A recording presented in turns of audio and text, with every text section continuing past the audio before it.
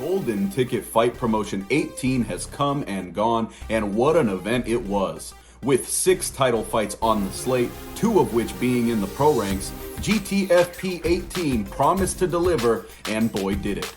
I'm Jendo with Combat Sports UK, and this is your Gtfp 18 post-fight show.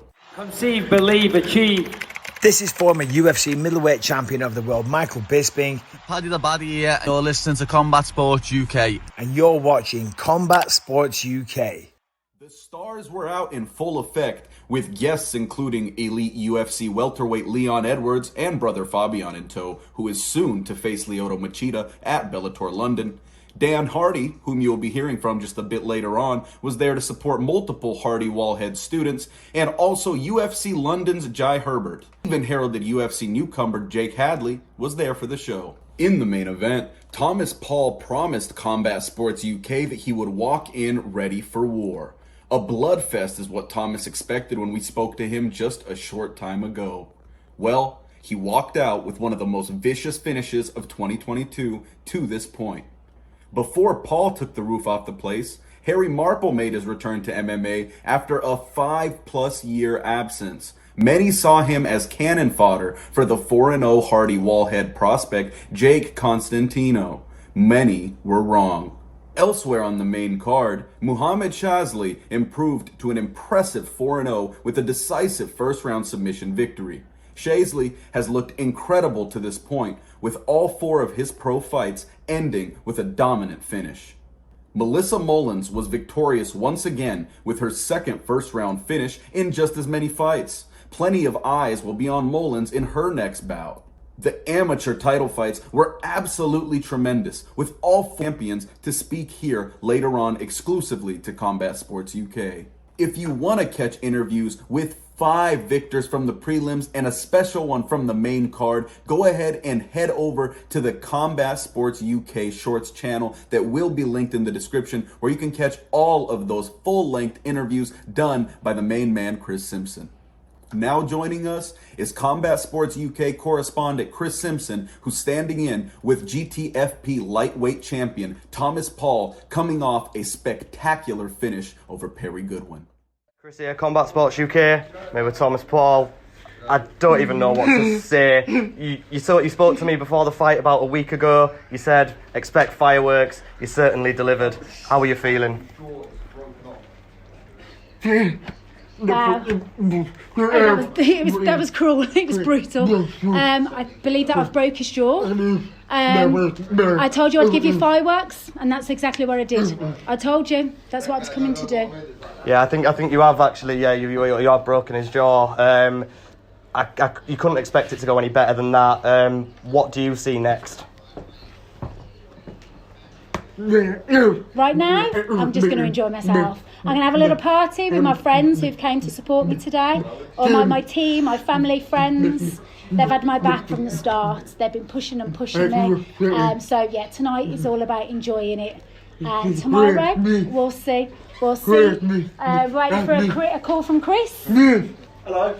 Yeah. we'll wait for that call from Chris and see what's next. Yeah. We'll talk tomorrow. I know you're busy. We'll see what happens tomorrow. Absolute pleasure to be able to speak to you. 1 second, yeah. What's he saying about me? I know. I said tomorrow. You're busy. You're going to be busy on the phone tomorrow for sure. There's going to be lots of phone calls. Lots. Yeah. Champion. Champ. Oh, I love you. Sorry to get in the way of that. No, it's all right. Absolute pleasure. Thank you so much for that. I can't wait to see what comes next. You deserve the very top, I think. Absolute pleasure. Thank you very much. Thank you. A true inspiration to many, Thomas Paull is one incredible success story. Harry Marple delivered another feel-good story in the co-main event of the evening when he took on the previously undefeated Jake Constantino in his first fight since 2016. Chris caught up with Harry Marple, who was no victim of ring rust. Chris here from Combat Sports UK, here with Harry Marple, new champ, well deserved, really close fight. How are you feeling coming out with that one? Yeah, I feel good, man, I feel good. I know it's been 5 years since I was in there, but I've got a short memory, so it seemed like 5 minutes, honestly.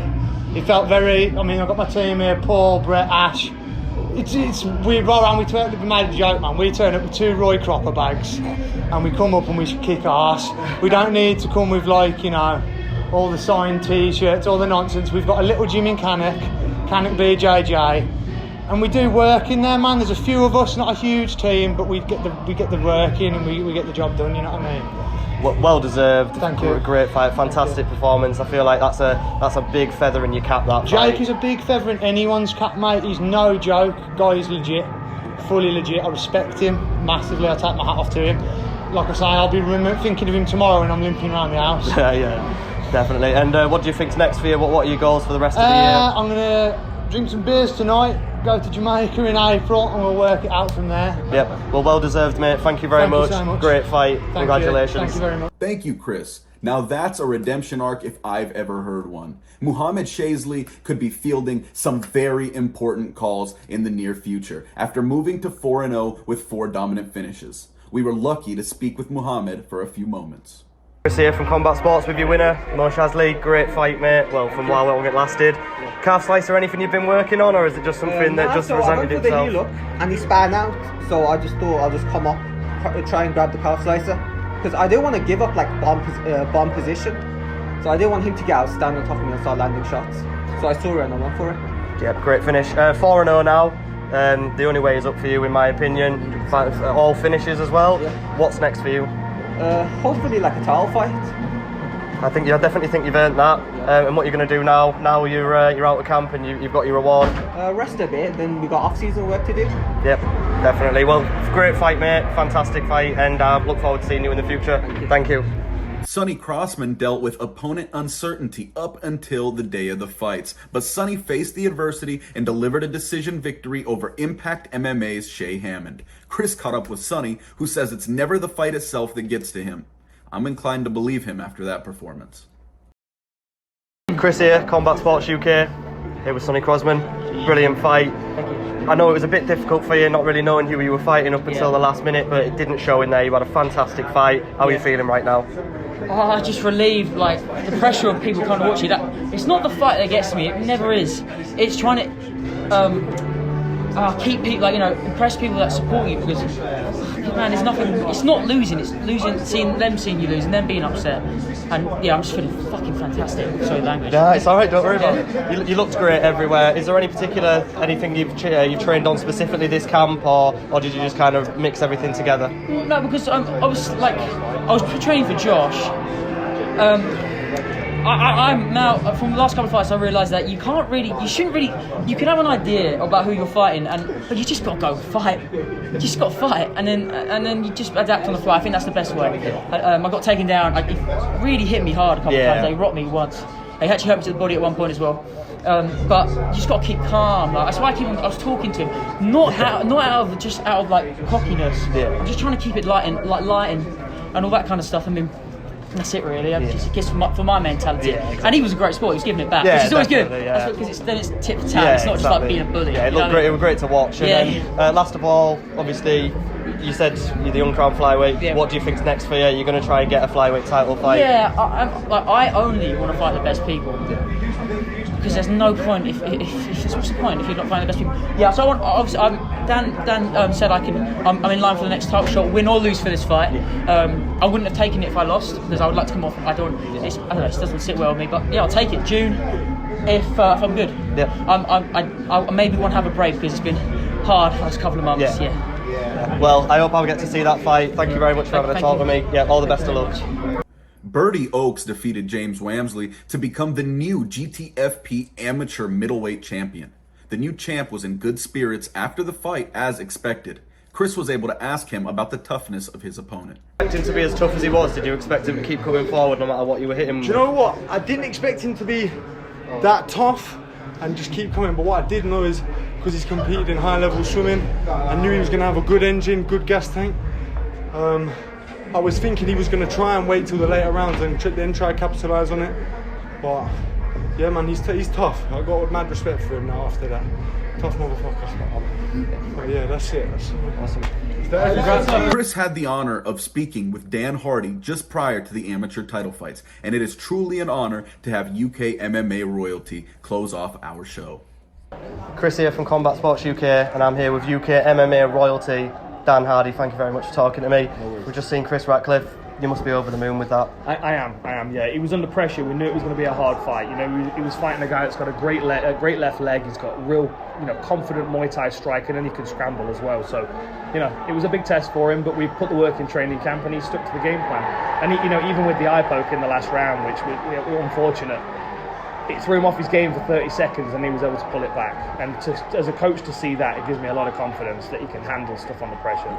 You've got some great guys coming out of the gym at the moment, absolutely fantastic talent. A few guys that we're going to see tonight, Thomas Owen. A few guys that we're not going to see tonight. Is there anyone that's not performing tonight that you think deserves a big fight and a lot of a shout out there? We've got a few coming up. How are we doing? All right, we've got a few coming up. Obviously, Dean Truman's coming back. He's on the new next Cage Warriors coming up. Dan Hepworth is having his second pro fight. That's going to be a big one for him as well. Loads of young kids coming up. We've got Josh Hood, who's excellent. Slick strikers, great grapplers. We've got a good selection. You'll be hearing some rough house names over the next few years. Obviously, you've just spoke to the guys there about it, and I've heard the name Nick Diaz on it. That's a fantasy fight for me. Is that something that you're really gonna, if it came to you, you'd sign it straight away and you'd do it with a drop of a hat? Absolutely. I'd be tempted to fight Nick Diaz for free, to be honest, just for having the opportunity. He has my respect, but I would very much feel like I'd like to face off against him. I mean, the thing is, he's probably under contract with the UFC for one more fight. So unless he fights that out, they're going to keep hold of him for years and years and keep him shelved. But hopefully here's hoping. Here's hoping. No, thank you very much for taking it. It's an absolute privilege. Thank you. Truly a legend is the Outlaw, and although not every result went according to plan for the Hardy Wallhead camp, their future is still as bright as can be. Well, folks, Golden Ticket Fight Promotion 18 once again is in the books, and we've got to give a very big thank you to Golden Ticket Fight Promotions for being so welcoming to Combat Sports UK and allowing our incredible on-site correspondent, Chris Simpson, to make it possible to bring these guests to you. And also to the fighters themselves, a thank you as always. If you enjoyed this post show, make sure you subscribe to the Combat Sports UK YouTube channel, where we will be covering any and everything that is combat sports in the UK. We've got Paddy the Batty and Jack Shore in the pipeline, amongst other very fun names. We're sure you won't want to miss it. On behalf of Combat Sports UK, this is Jendo signing off. Conceive, believe, achieve. This is former UFC middleweight champion of the world, Michael Bisping. Paddy the Baddy here. You're listening to Combat Sports UK. And you're watching Combat Sports UK.